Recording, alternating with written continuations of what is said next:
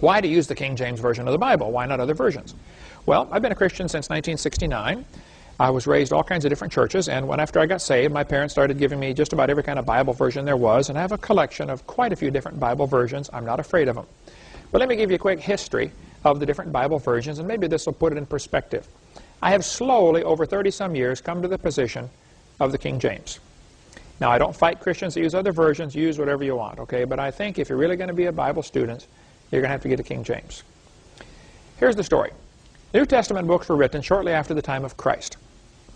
They had to make copies. It takes about 10 months to write out a copy of the Bible.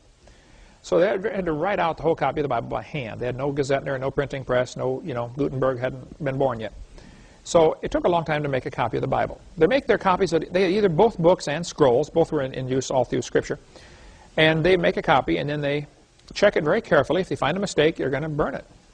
So they were very careful to get it right. They had a checking system that was really pretty goof-proof. They made all these copies, and they spread out around the world because this was a time of great persecution. Christians are getting persecuted, so they spread out to different countries, and they bring their copies of Bibles with them. So you got somebody in India who's copying the Bible, and somebody in France who's copying the Bible, and pretty soon the copy wears out. Let's just pick a few numbers here. This is a book from the early 1900s. It's a very beautiful book, and it's beginning to get worn out.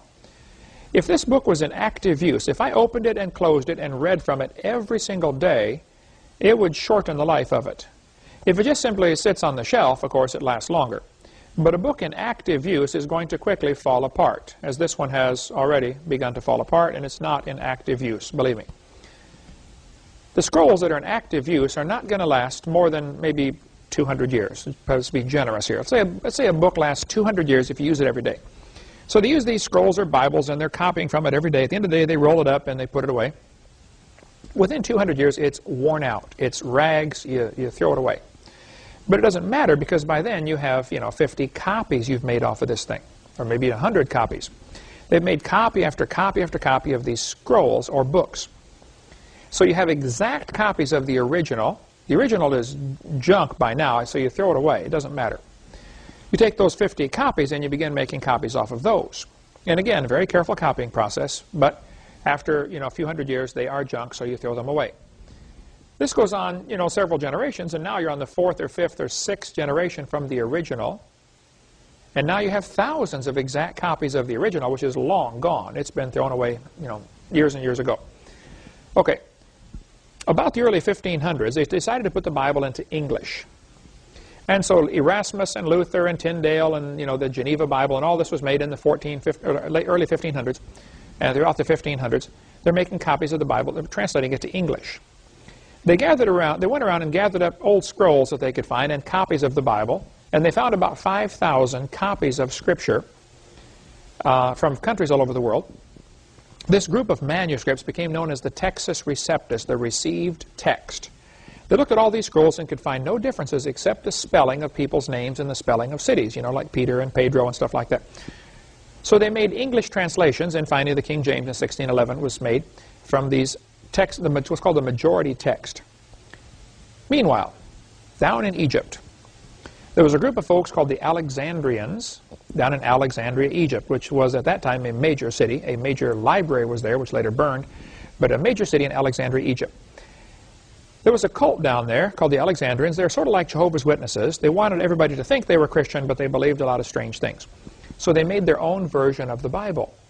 They left out a lot of verses they didn't like. They changed little things here and there. It was a careful counterfeit, but a counterfeit nonetheless. They have this Alexandrian Bible, and some copies were made. And the primary guy in this cult was a guy named Origen, who lived about 240 A.D. In 350 A.D., 2 copies of the Alexandrian Bible were made, and those copies are called the Sinaiticus, because it was found in the Sinai desert in a monastery, and Vaticanus, because it was found in the Vatican library in the basement, I believe. Those 2 copies from 350 A.D. are still around today. 1,600 years old copies of the Scriptures, well, of the Alexandrian Bible. The Latin Vulgate was made from those manuscripts in 380 A.D. It was translated to Latin. Then in 1582, the Catholic Church ordered the translation of the Latin Vulgate into English, And that's where the Douay Confraternity and the Douay Rheims version come in. The Douay versions were made from the Latin, which was a good translation of the wrong manuscript. They're translating the Alexandrian. So they got the bad manuscript, the corrupt, cult manuscript, being translated into English, which became the official Catholic version in use today, the Douay version of the Bible. Two guys named Westcott and Hort came along in 1875, and they took these Alexandrian manuscripts, of which I think about 15 or 17 of them were found, I don't know, and they said, these are old manuscripts, therefore they're better. Well, now hold on a minute. Yes, they're older, but that doesn't mean they're better. They're older because they're worse. The people didn't use them. They didn't wear them out. But they made a modern Greek version of the Bible from this ancient one. They put it on new paper, new ink, and made a new Greek edition in 1875. This was then translated into English, at least the New Testament in Greek. And so the English translations of the of the Westcott and Hort text include the Revised Version done in 1881, the American Standard Version done in 1901, the Revised Standard in 1946, and that's the Bible I got saved from, the New World Translation, Jehovah's Witness Bible, made in 1950, the New American Standard Bible, made in 1960, the Good News Bible, the Amplified Bible, the Living Bible, and the NIV. All of those are good translations of the wrong manuscript. So I don't fault the translators. I think they're probably sincere men, probably intelligent men, but they're translating the wrong book. They need to get the right Bible. The first mention of Alexandria is in Acts chapter 9 when they were disputing with Stephen, arguing with the Christians. And we still got the same thing today with these different versions of the Bible arguing with the real Bible. Okay, my Jehovah's Witness Bible on my shelf will probably never get worn out. It doesn't mean it's better, it just means I'm not going to use it. Okay, I have one, I have a Mormon Bible, I'm not going to use it. So that's the story. There are more manuscripts of the Bible than any other book ever written in ancient times. Homer's Iliad, for instance, there are only 643 manuscripts known today. By 1946, they discovered 24,000 manuscripts of the Bible.